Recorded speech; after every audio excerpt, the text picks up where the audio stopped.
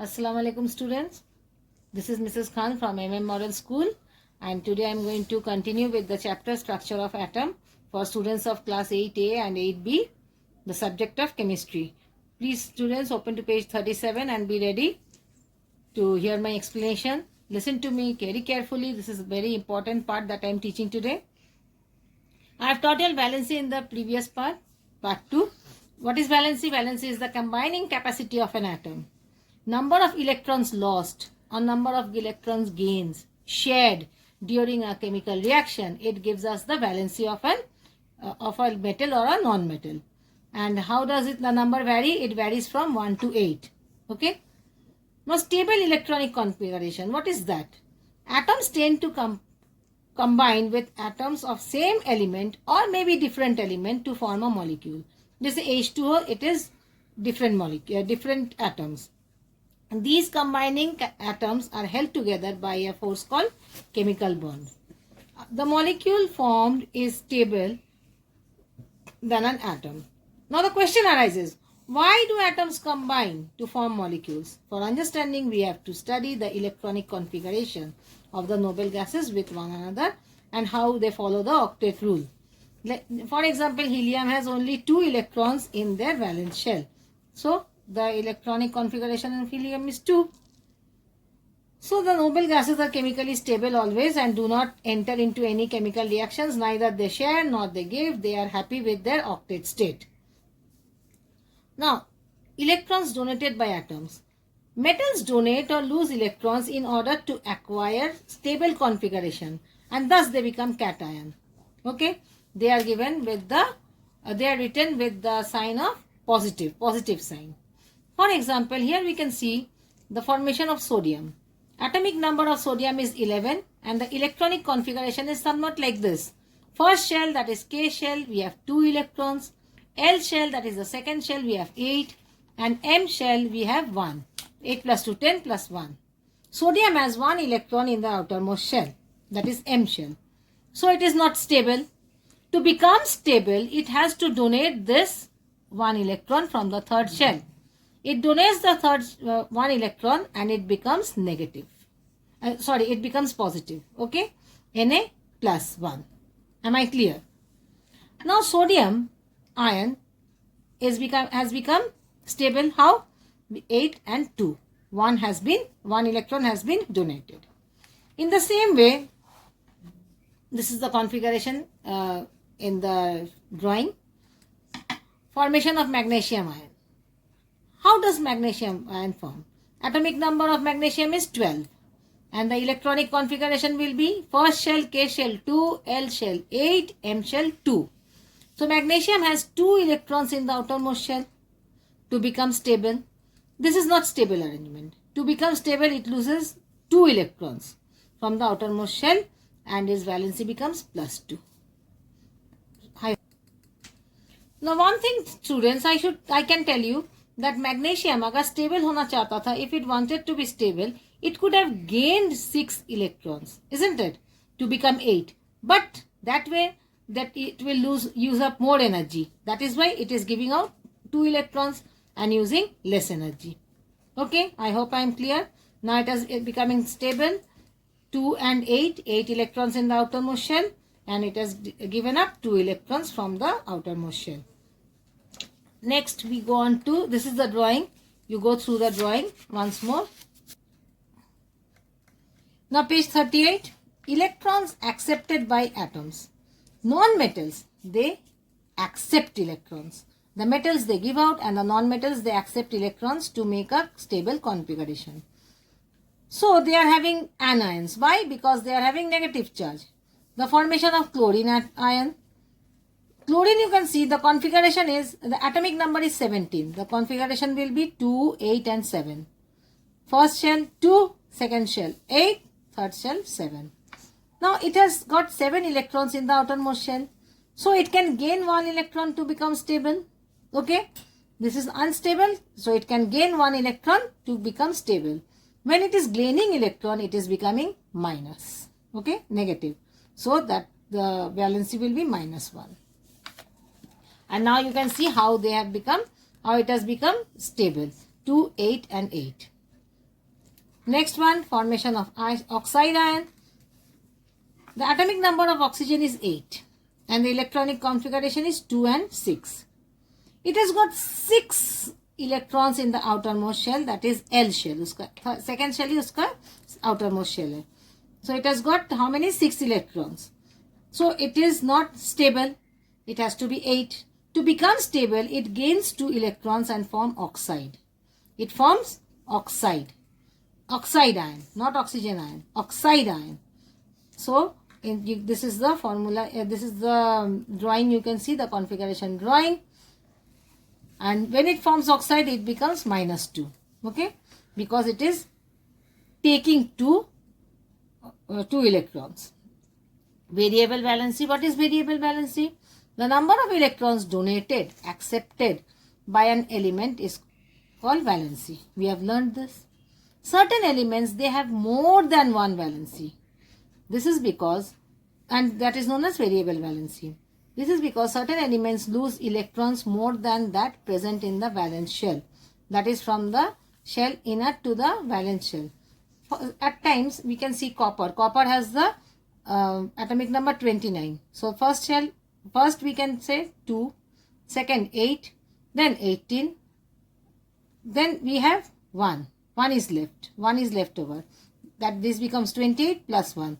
So this plus 1, it will make, it has given the valency of 1. Next we have copper valency 2. Why 2?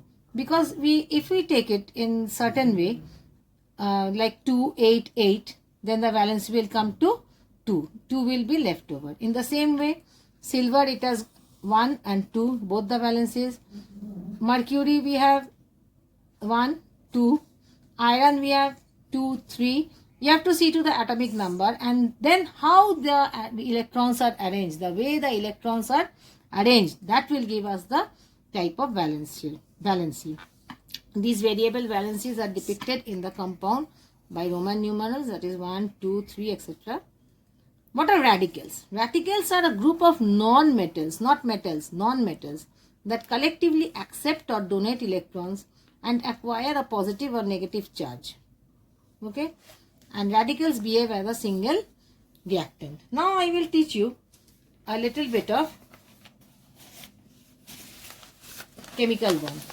The chemical bond are of two types, electrovalent bond and covalent bond. What are electrovalent bond? What is it? Electrovalent bond, the bond that is formed when the metal is transferring its electron from the outermost shell to the non-metal, which is accepting electron. Okay, understood? Here we can see Na, that is sodium. Sodium has the configuration, sodium has the atomic number 11. So 2, 8, 1. So in the third cell, in the last shell, we can see it has 1 electron. Chlorine, it has the atomic number 17. That will be how it will be written, 2, 8, 7. Okay.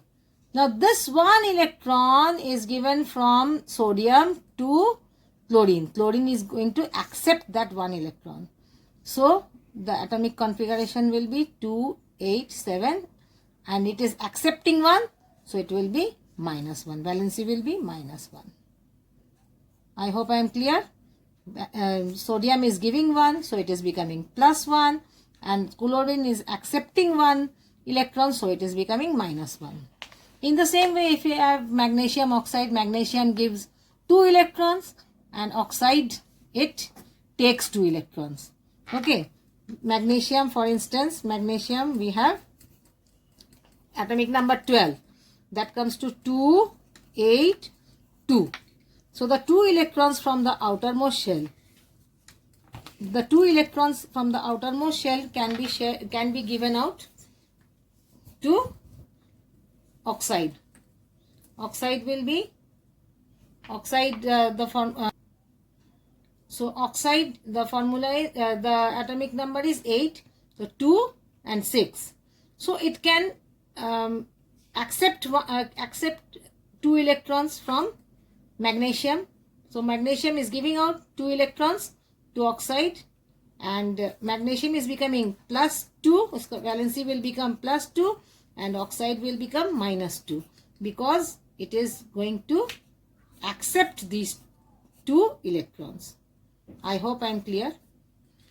This is the electrovalent bond. Next we have covalent bond. What is covalent bond? The bond formed by mutual sharing of electron is known as covalent bond.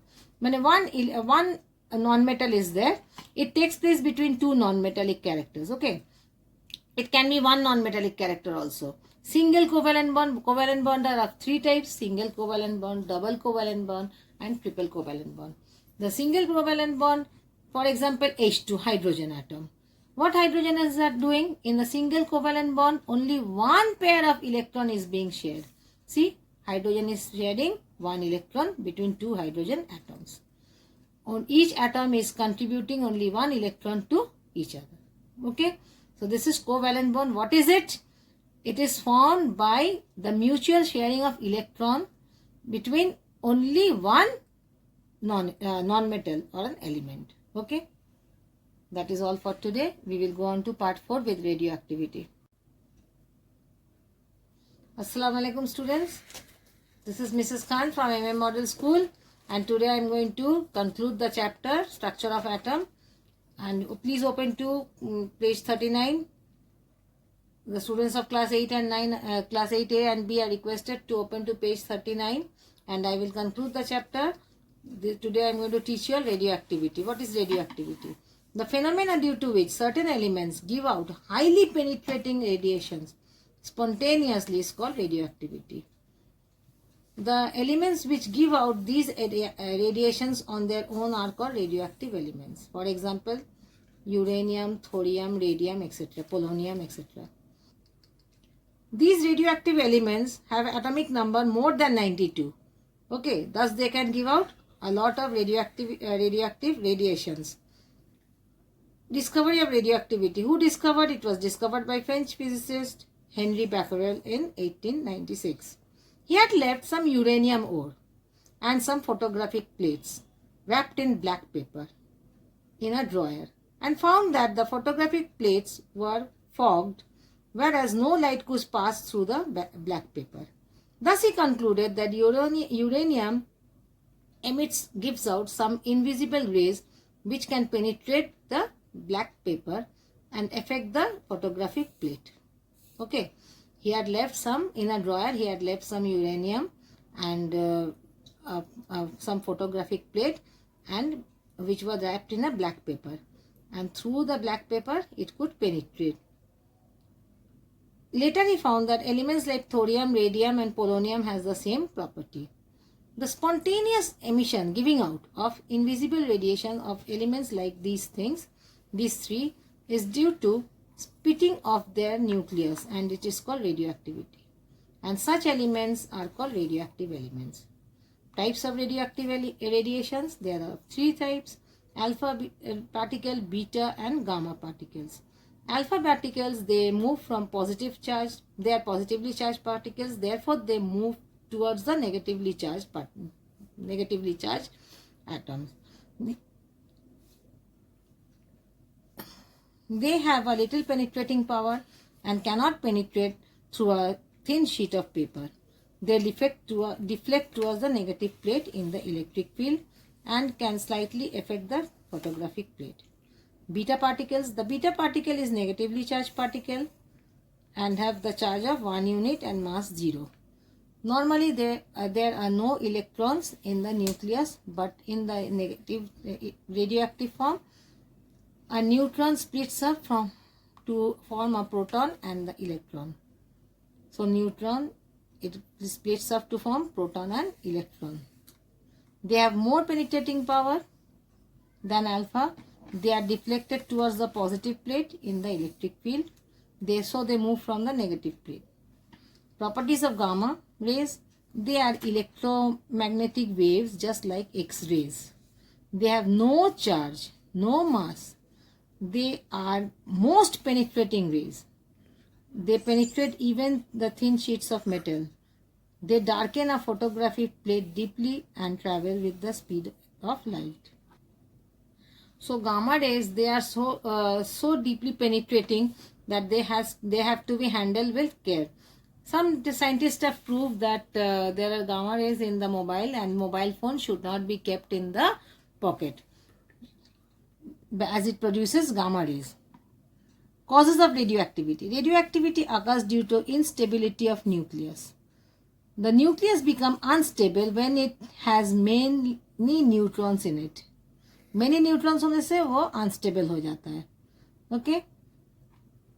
Harmful effects of radiation. Radioactive rays have serious harmful effects. For example, inflammations होता है. Gamma rays are normally affect the abnormal cells only. If used in correct amount, they destroy abnormal cells in cancerous tumors. Tumors में वो खत्म करता है the gamma rays. But they have to be controlled. They cause genetic disorder and even cancer. They can give cancer also. They can cure cancer also.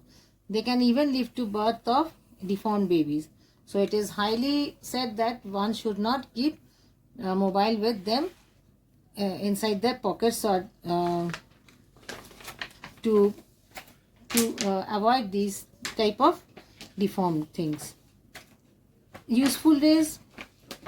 They are helpful in studying the structure of an atom. The position of the nucleus should be determined with the help of alpha scattering experiment. Radioactive isotopes help to diagnose various diseases, detect blood clots, etc. Even the underground oil pipe, water pipe, etc. Alpha rays are used in the treatment of cancer. The energy stored in the nucleus of the radioactive element is called nuclear energy. It can be obtained by nuclear fission or by nuclear fusion. We have studied this nuclear fission and nuclear fusion before also. I am just going to recapitulate. It is the nuclear fission. What is it? It is the process of breaking down of heavy nucleus into lighter nuclei by using slow moving neutrons with the release of large amount of energy. Okay. And what is nuclear fusion? It is when two lighter nuclei they fuse when they join together and form a heavy nucleus. Okay, this is also it releases large amount of energy as heat too. Next, uses of nuclear energy. Atom bombs work on the principle of nuclear fission, and the first atom bomb was used in the First World War. Remember it. The second and the third atom bombs were used in destroying the Hiroshima and Nagasaki cities and in the Second World War. Secondly, hydrogen bombs work on the principle of nuclear fusion. This is fusion, mixing up. Okay. The atomic energy now is the major source of electricity. It is the major source of electricity. In India, we have nuclear power station at Mumbai. That is Bhabha Atomic Research, at Tarapur, Kota, Kalpakkam, etc. Okay. Nuclear reactor. What a nuclear reactor? It is an instrument in which nuclear chain reactions are carried out under controlled condition. Safety requirements. It is also used for production of electricity. Safety requirements. Nuclear reactors should be designed to absorb radiations. They should be embedded with thick concrete walls or thick lead containers which can prevent the leakage of gases. Nuclear plants should be located far away from residential areas. The people working under the nuclear plant should be well protected. They should wear lead-lined aprons, gloves and specially designed spectacles with lead glasses. What glasses? Lead glasses. Medical checkup of the person working in the nuclear plant should be done regularly and at periodic examples. So we stop there. We have completed the chapter. Thank you for hearing.